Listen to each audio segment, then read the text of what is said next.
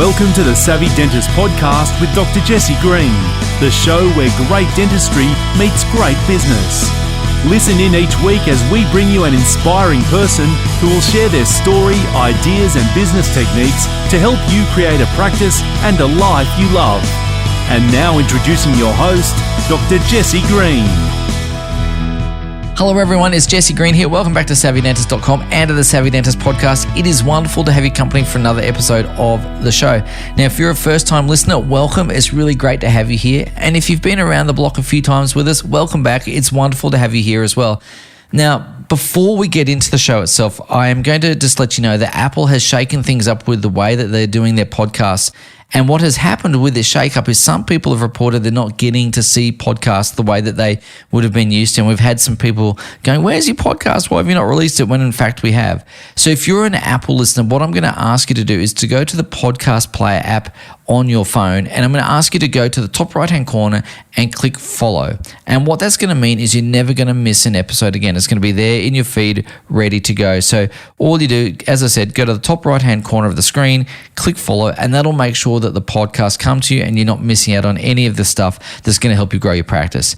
Now, while we're on the topic of things that are going to help you grow your practice, I want to introduce you to our sister publication called the Savvy Dentist Magazine. The Savvy Dentist Magazine is designed to give you all the resources from relevant experts in the industry to help you grow your practice and take it to the next level of success, whatever that may mean for you. So in the magazine, we talk about a whole bunch of different things. We're going to talk about the latest around tax and accounting. We're going to be talking about HR and getting your HR strategy right, how to recruit the right people, retain them, and so on. We're going to be talking about getting your legals right. We're going to be talking about getting your marketing right. We're going to be talking about disruption in dentistry. We're going to be talking about getting your IT structures right and a whole lot more, fit outs and everything, right? So if you want to grow your practice, if you want to scale your practice, then please go ahead and subscribe to the magazine. It's totally free. All you need to do is head across to savvydentist.com/magazine. And whether you want a digital copy or whether you want a print copy, you choose whichever one is free, and we'll get it into your hot little hands so that you can grow and scale your practice and achieve the goals that are really important for you. Now, on this particular episode today, there's a really important topic I'd like to touch on, and that is control. And there's a second topic I'd like to talk on as well, and that is how we measure success. So we might talk a little bit about how control can serve us, but how it can also hinder us to start the conversation. So one of the things I know about dentists is we are either all typically control freaks or recovering control freaks. Now, it'd be a really interesting study to try and figure out, but I think most dentists are born with that kind of type A, perfectionistic type of personality. And if you don't have that personality, you probably either develop it or perhaps you don't last as a dentist, because when you're dealing with precision work like dentistry, having that attention to detail, that perfectionistic tendency is critical to achieving great clinical outcomes. And when you're operating in that environment, typically you want to exert high levels of control over everything that you do because you're striving to create the best possible outcome for your patient. Now, in a clinical setting, that makes so much sense. Yeah, obviously it does. But in a business sense, that can be a real handbrake. And what we've noticed in business is your desire for control can actually slow down growth. And the expression is your ability to grow and scale your practice is inversely proportional to your desire for control. In other words, if you desire control too much, it just slows you down in your business growth and your ability to create time for yourself and to create the results you're seeking. So let's talk a little bit about control. And I thought it might be useful just to start with a couple of questions. And of course, when we're doing some questions like we're about to do, or answering questions like we're about to, I wanted to stress that for any progress to be made, we need to begin by telling the truth. And the person that needs to hear the truth most of all is usually ourselves, right? The person we kid ourselves, the person we con, the person we fib to is usually ourselves. No, it's all good, we're fine. And it might not be, okay? So my first caveat as we go through this exercise is to say, to thine own self be true. Just answer the questions. You don't need to share the answers with anyone, but just have a really good moment of introspection and answer these questions really truthfully, because once we get those truthful answers, we then have a basis from which to move forward. So the first question I'm going to ask you is, on a scale of 1 to 10, how strong is your desire for control across various elements in your life? So, of course, we're not just talking about dentistry here or running a business. There's lots of elements in your life that you might be seeking control. Maybe it's your finances, maybe it's your relationships, maybe it's your physical environment, whatever it happens to be. And some of these will serve you and some of them won't. But just as a general rule, score out of 10, looking at all those different environments combined, how would you rate yourself in terms of your need for control? And so I think, just spend a moment thinking about that, reflecting on that, think about all the different elements of your life, and then just give yourself one score, I guess an aggregate score out of 10, and you can see where you're on that control scale. Now, I'm guessing that most people are going to rate themselves pretty highly in that score, as I said, for the reasons around dentistry, perfectionism, and so on. Now, if you've learned to run your business and you've been able to extricate yourself from day-to-day operations, maybe you've gone through a process of learning how to give up control, and it's great, and your score might be lower, and that's awesome. What we're going to talk about today is how do we learn to give up control constructively. But before we get to that, I want to ask you, in your life, which areas of your life do you particularly seek control? Okay? And again, for some of those areas, it might be absolutely appropriate that you're in control all the way, because I'm not for a moment suggesting we just kind of enter into chaos and no planning or no structure. That's not what I'm getting at all. There are moments in your life, situations in your life, roles that you play in your life where it's absolutely appropriate for you to be in control and have high levels of control. But there are others where it may be less important. So think about the different elements of your life. Maybe it's your relationships, maybe it's your physical environment, maybe it's your finances, maybe it's your business, maybe it's your clinical work. Whatever it happens to be, what's your level of control in each of those areas, and where does it kind of really show its face for you? So for me, I can tell you that in my physical environment, I like to have high levels of control. I'm a very neat and orderly person. I like to have things orderly around me. For me, that just gives me a little bit of inner peace. And, we can argue whether that's right or wrong, but that's just me. So for me, that's one area where I like to have high levels of control. There are other areas of my life where I'm a little more chaotic, and that's okay too. So whatever it is for you. Now, the follow-up question from that would be, in which areas of your life is that degree of control serving you, and which areas of your life is that degree of control hindering you? Is it a net positive or is it a net negative?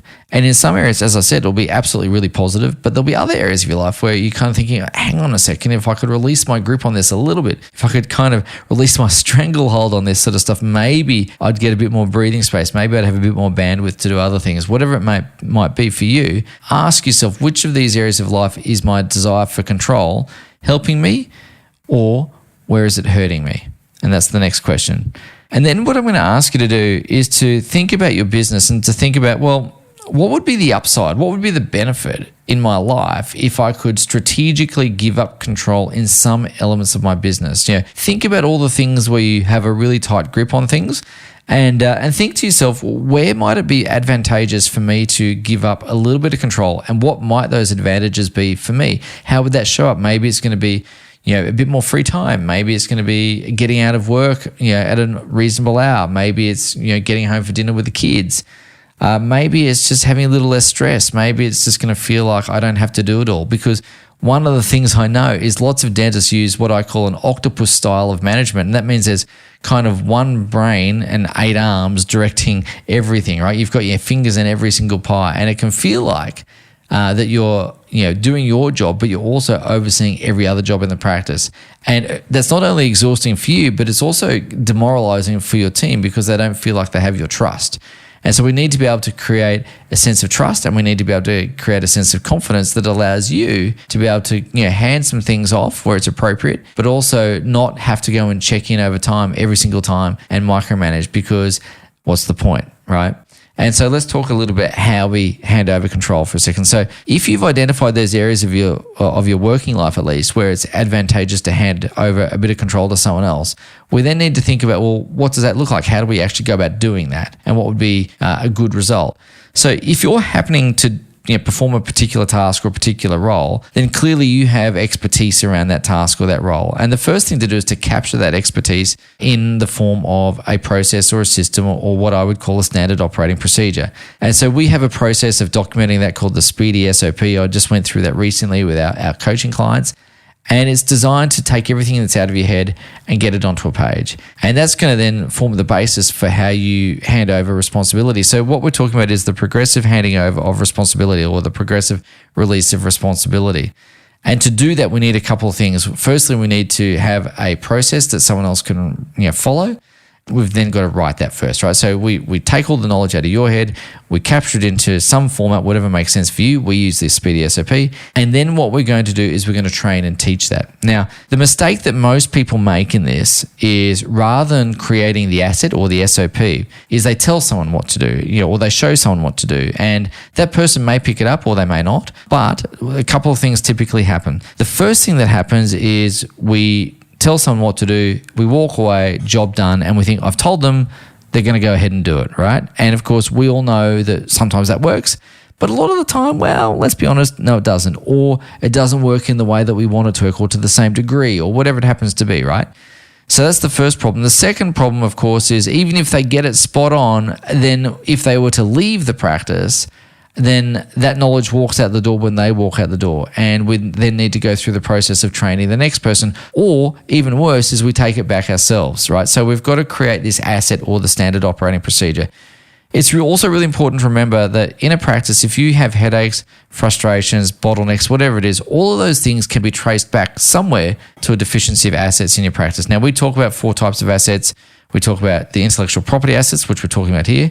We also talk about team assets. We also talk about database assets and physical assets. But the whole idea of an asset is you want to convert that asset into cash flow as efficiently as possible. But for this instance, we're talking about intellectual property in your business that allows you to document how you do something, so that the next step is to hand that over and have that progressive release of responsibility. So the way that we have the progressive release of responsibility is we need to firstly verify that the SOP that you've created is accurate.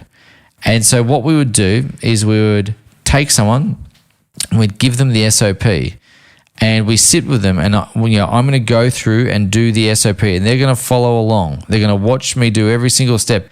And if I do anything that's not documented, they've got to pull me up and say, hang on, what are you doing there? That's not on the page, and we need to adjust the SOP until it's perfect.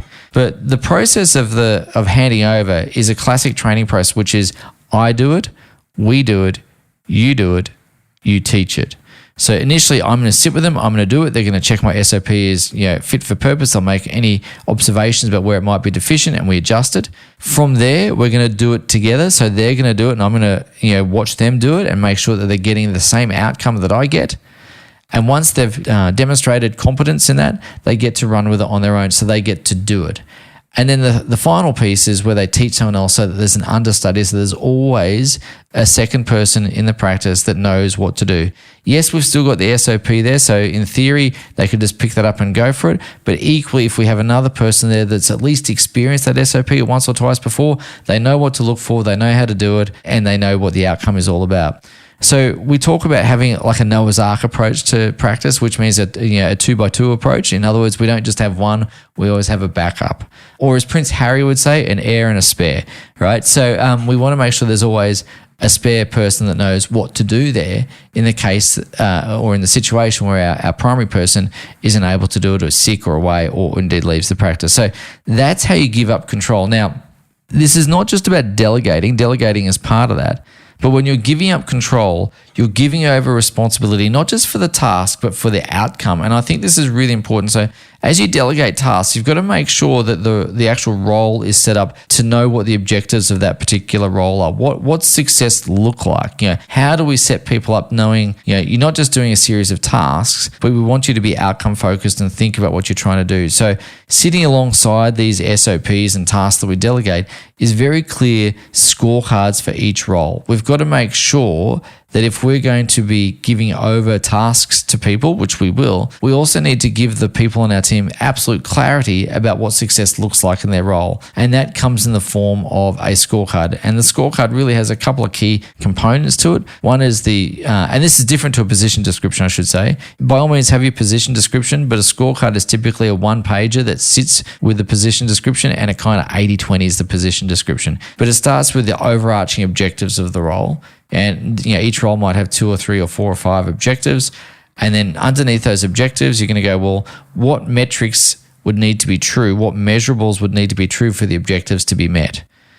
So, for example, one of the objectives for a receptionist might be making sure that the appointment book is full, right? And so one of the KPIs around that could be that every single person leaves with an appointment. So the rebooking rate is 100%, right? So that would be the metric, the rebooking rate. And then, of course, underneath those success metrics, we then need to have the activities, the priority activities, the critical activities, we call them critical drivers, that drive those KPIs. And so in that situation around the rebooking rate, it could be making sure we have a compelling reason conversation every single time with a patient so that they book in and keep coming back. So to be able to give up control, firstly, we need to be able to delegate tasks. The second thing we need to be able to do is to delegate outcomes and 80-20 someone's role so they've got clarity around the big picture objectives of the role, the key performance indicators that would indicate that the objectives have been met, and then underneath that, we would have the activities or the critical drivers that lead to those KPIs. And so when you get these two documents, the SOPs and the scorecards working in concert, what happens is you now have a team that are crystal clear on what to do, what success looks like. They've got the tools on how to do it. And if you've got a great culture in your practice, they'll just get on and do it. And what that does is it gives you confidence to know that the team are working towards a common goal. It gives you confidence to know they understand their role in the common goal and how to go about it on a day-to-day basis, and a resource to go through the day-to-day activities to complete their tasks that ultimately lead to the common goal.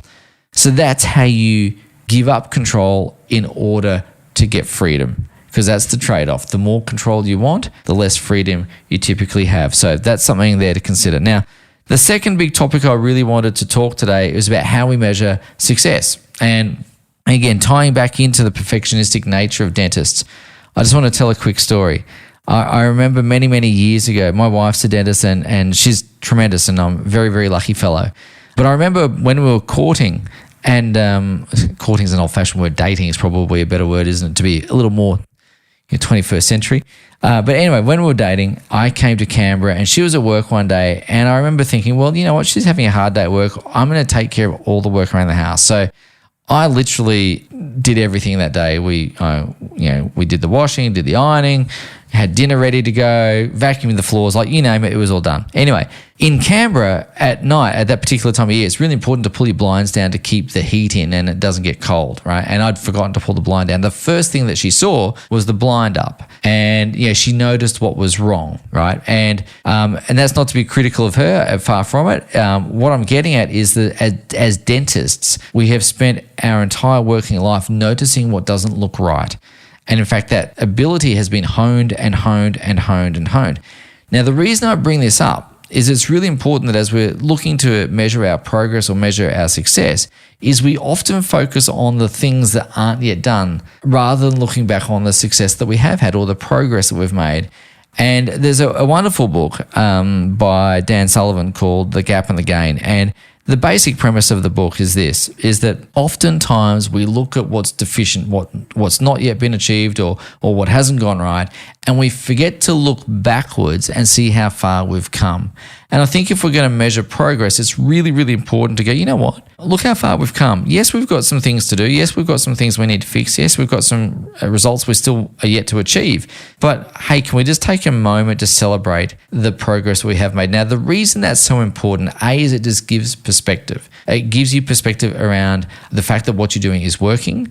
It gives you perspective around the fact that, you're going okay. And it also creates confidence about moving forward into the future as well. Because if we constantly harp on what's not been done, what that does, it erodes confidence in ourselves, but it also erodes morale in the team, and that actually slows progress down. So if we want to be accelerating our progress, yes, let's be real about what still needs to be done, but let's also be real about what progress we have made and acknowledge that progress, give ourselves the necessary pats on the back, and also then reset as we move forward. So anyway, there's a couple of thoughts for you. I hope you find that really helpful. And I look forward to seeing you on the next episode of the Savvy Dentist podcast. So that's it from me this week. Take good care. We'll see you soon. Thank you for listening to the Savvy Dentist podcast. For more episodes, go to drjessiegreen.com/savvydentist. And to discover how to build a high-performance dental practice, visit drjessiegreen.com and download the free report.